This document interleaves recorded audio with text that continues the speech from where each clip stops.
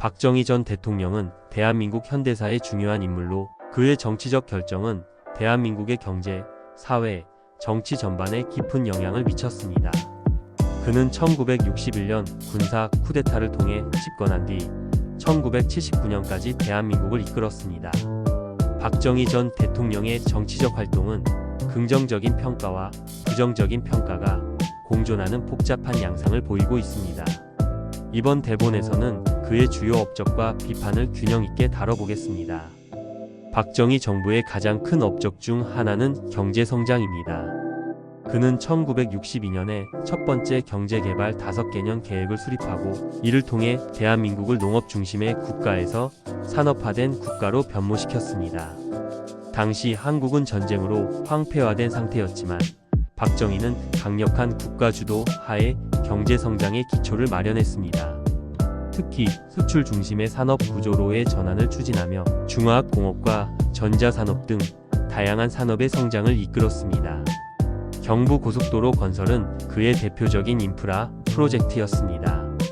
경부고속도로는 서울과 부산을 연결하며 한국의 교통망뿐만 아니라 경제의 효율성을 크게 향상시켰습니다. 또한 고속도로 건설은 물류 비용을 절감하고 산업화의 촉진제로 작용했습니다. 이러한 인프라 프로젝트들은 이후 한국 경제 성장의 중요한 발판이 되었습니다. 박정희 전 대통령은 교육에서도 큰 영향을 미쳤습니다.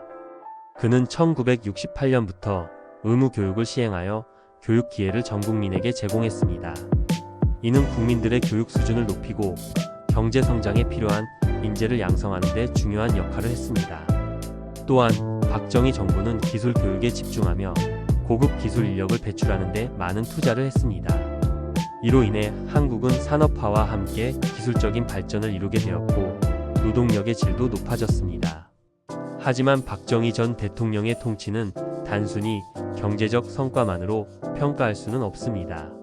그의 통치 스타일과 관련된 비판은 끊임없이 제기되어 왔습니다. 가장 큰 비판 중 하나는 정치적 독재였습니다.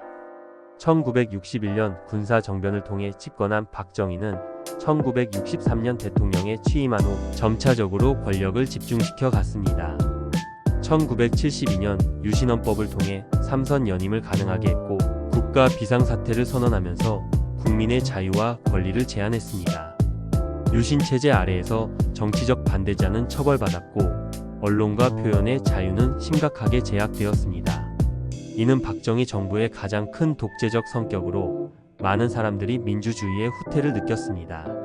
박정희 정부의 경제 성장에도 불구하고 사회적 불평등은 심화되었습니다. 급격한 산업화 과정에서 일부 대기업이 경제적 이득을 취했으며 이는 중소기업과 노동자들의 고통으로 이어졌습니다.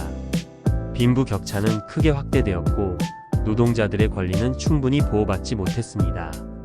특히 박정희 정부는 경제 성장을 위해 강력한 노동 통제를 시행했으며 노동자의 권리를 제약하는 법률을 많이 도입했습니다. 이러한 점에서 박정희 전 대통령의 경제 정책은 단기적인 성과를 이룬 반면 장기적인 사회적 균형을 이루는 데에는 한계가 있었습니다. 또한 박정희 전 대통령은 권력을 유지하기 위해 헌법을 개정하고 선거와 정치적 절차를 자신에게 유리하게 조정했습니다.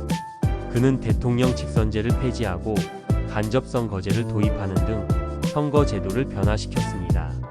이러한 정치적 조작은 그의 집권을 연장시키는 데 중요한 역할을 했지만 민주주의의 발전을 저해하는 요소로 작용했습니다.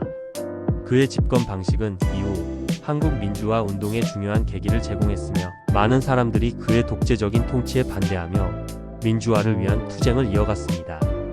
박정희 전 대통령은 또한 한국의 국제적 위상에 큰 영향을 미쳤습니다. 그는 미국과의 군사적, 경제적 관계를 강화하며 한국을 국제사회에서 중요한 국가로 자리 잡게 했습니다. 특히 한국은 미국의 지원을 받으며 1970년대 후반 경제성장에 중요한 자원을 확보할 수 있었습니다. 그러나 외교적인 측면에서도 박정희의 정책은 논란이 있었습니다.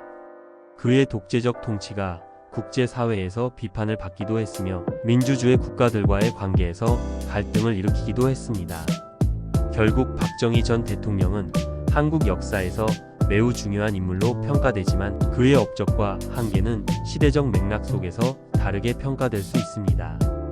경제 성장과 산업화는 그가 이룬 주요한 업적이지만 정치적 독재와 인권 탄압은 그를 둘러싼 논란의 중심이었습니다.